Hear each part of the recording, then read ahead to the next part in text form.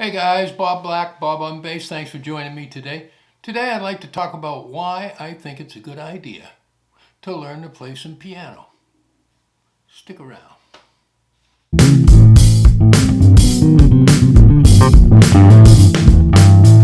Alright, so this is a bass channel, but more than just bass players, we're musicians as well. Or at least we should be, okay? There's several reasons why you should become proficient at the piano, even though that's not your principal instrument. I understand that.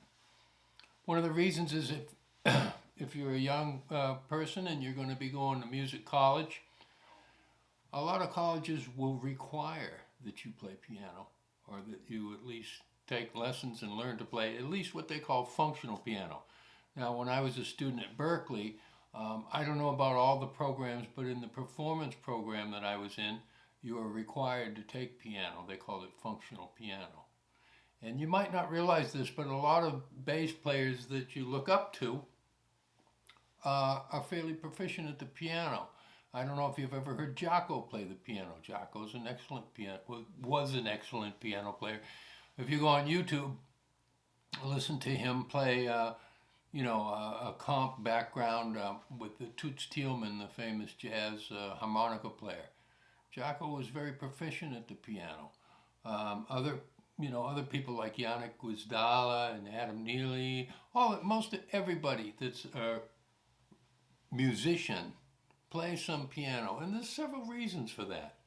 One good reason is, for example, if you learn, say, a Dorian scale on the bass, okay, so you've learned that scale, you get that pattern under your fingers, and then you go to play it in another key, okay, you just move your hand and you just do the same pattern. You might not even have any idea what notes you're playing, but you can do it on a stringed instrument. Whereas on a piano, you've got to know what notes you're playing. For the most part, you've got to know the notes in the scale, the formula for the scale, and so forth. And it's great because it helps you to learn and have a better understanding of your music theory. Keyboard or piano, I'll put those together, is great for arranging things.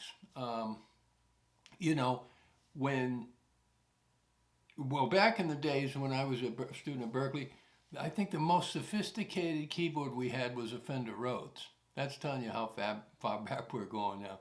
But nowadays, you write an arrangement. Maybe you got some horns in the arrangement. You can record those on your arranging keyboard, and you can lay down guitar tracks. You can do it all. So then you can at least play it and hear what your arrangement's going to sound like. When you put the real players together.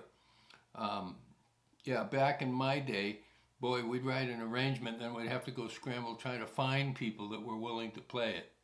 Okay. Which wasn't always easy.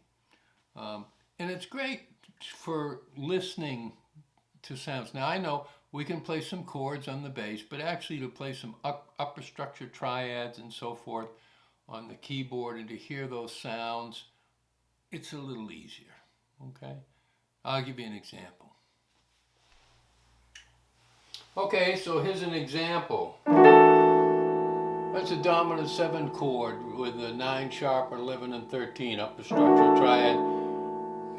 Can we play some of these notes on the bass? Yeah, we can, but it's a lot easier to hear that sound on the keyboard. Another reason for using the keyboard is doing transcriptions. Okay? Now I'm listening to a solo. I've got my computer here. I got the keyboard here. I can figure out the solo much more easily on the keyboard, and then I write it down and I pick up the bass. It's very hard to do transcription sitting there holding the bass and trying to write and turn the music on and off. So it's just a lot easier on the keyboard. Okay, so another thing to consider is, as bass players, we're very fortunate when it comes to gigging. At least before this virus thing hit. Because not that many kids coming up want to play the bass. It's just not as popular as the guitar, the drums, and the piano. Okay, so as players, we're very fortunate there's not that many good bass players around.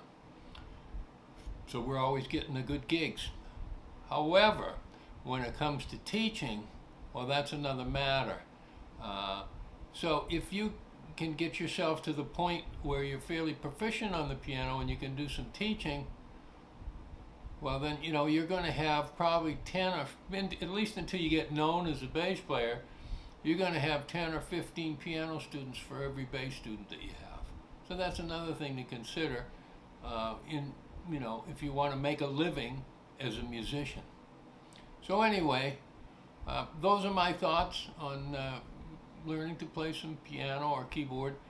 It'll help you out a lot. It'll help your musicianship quite a bit, okay? More than you probably realize at this point. So with that said, I'll play you something on the piano. Thanks for joining me.